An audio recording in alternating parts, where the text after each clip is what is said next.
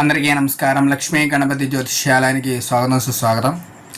ఈరోజు మనం కేతుగ్రహం గురించి తెలుసుకుందాము. కేతుగ్రహం ఏమి చేస్తాడంటే మనకి మంచి జ్ఞాపక శక్తిని, అలాగే మంచి విజయాలని, అలాగే మంచి మిత్రువులని, రకరకాల ఆలోచనల్ని కలిగించేవాడు యొక్క కేతువు. కేతువు ఏమి చేస్తాడంటే మనకి ఈ యొక్క కంఠం దగ్గర నుంచి పాదం వరకు ఆ ఒక్క కేతువు ఉంటాడనమాట. ఆ కేతువు అవయవాలు అన్నీ కూడా జాగ్రత్తగా చూసుకుంటూ ఏ నిమిషాన్ని ఎలా ఉండాలి బాడీని అని తెలియజేసేది యొక్క కేతు అనమాట.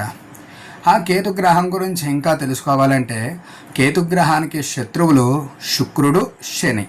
పెళ్లి వివాహాల్లో ఎవరికైతే ఈ యొక్క కేతు మహాదశ, శుక్ర అంతర్దశ ఉందనుకోండి, ఇప్పుడు చేసుకోను తర్వాత చేసుకోను అని చెప్పి ఈ యొక్క అబ్బాయి అమ్మాయి విషయాల్లో కొంతమంది చెప్పే అవకాశాలు అయితే ఉంటాయి. అదే కాకుండా శని యొక్క కేతుతో కలిసి ఉంటే కనుక ఖచ్చితంగా అనారోగ్య సమస్యలు వచ్చే అవకాశాలు ఉంటాయి. ఎక్కువగా పొట్ట పెరిగిపోవడం, బీపీలు, షుగర్లు, అనారోగ్య సమస్యలు, అలాగే రకరకాల ఆలోచనలు వచ్చే అవకాశాలు అయితే ఉంటాయన్నమాట.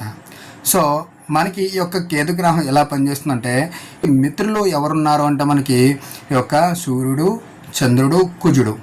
ఈ యొక్క సూర్యుడు మంచి ఆరోగ్యాన్ని ఇచ్చే రకం కదా. మరి ఈ యొక్క కేతుతో కలిసి ఉంటే ఖచ్చితంగా ఏ నిమిషాన్ని ఏమి చేయాలి, ఏ నిమిషాన్ని టాబ్లెట్ వేసుకోవాలి, ఏ నిమిషాన్ని ఎనర్జీ డ్రింక్ తాగాలని ఈ యొక్క సూర్యుడి ద్వారా మనం తెలుసుకోవచ్చు. కేతుగ్రహంతో ఈ యొక్క చంద్రుడు కలిశాడంటే ఎప్పుడు మనశ్శాంతిగా ఉందాము, ఎప్పుడు ఏ పని చేస్తే మనం ముందుకు వెళతాము, అలాగే అమ్మ ఇంట్లో ఎలా ఉంది, మనశ్శాంతిగా ఉందా, వాళ్ళందరినీ గమనించుకునే అవకాశాలు అయితే ఉంటాయి సూర్యుడు యొక్క కేతు యొక్క మహాదశలో ఉంటే.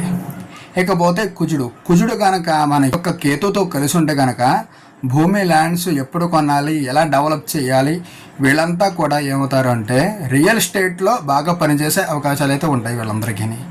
సరేనా? కాబట్టి ఈ యొక్క కేతు మహాదశ ఎవరికైతే ఉంటుందో, లేదా కేతు అంతర్దశ ఎవరికైతే ఉంటుందో వాళ్ళంతా కూడా చాలా జాగ్రత్తగా ఉండాలి. ఈ యొక్క కేతు మహాదశలో కానీ లేదా అంతర్దశ యొక్క శుక్రుడు, శని ఉంటే కనుక ఖచ్చితంగా ఆ ఒక్క పరిహారం చేసుకుని మీ యొక్క ఫలితాన్ని అయితే పొందండి.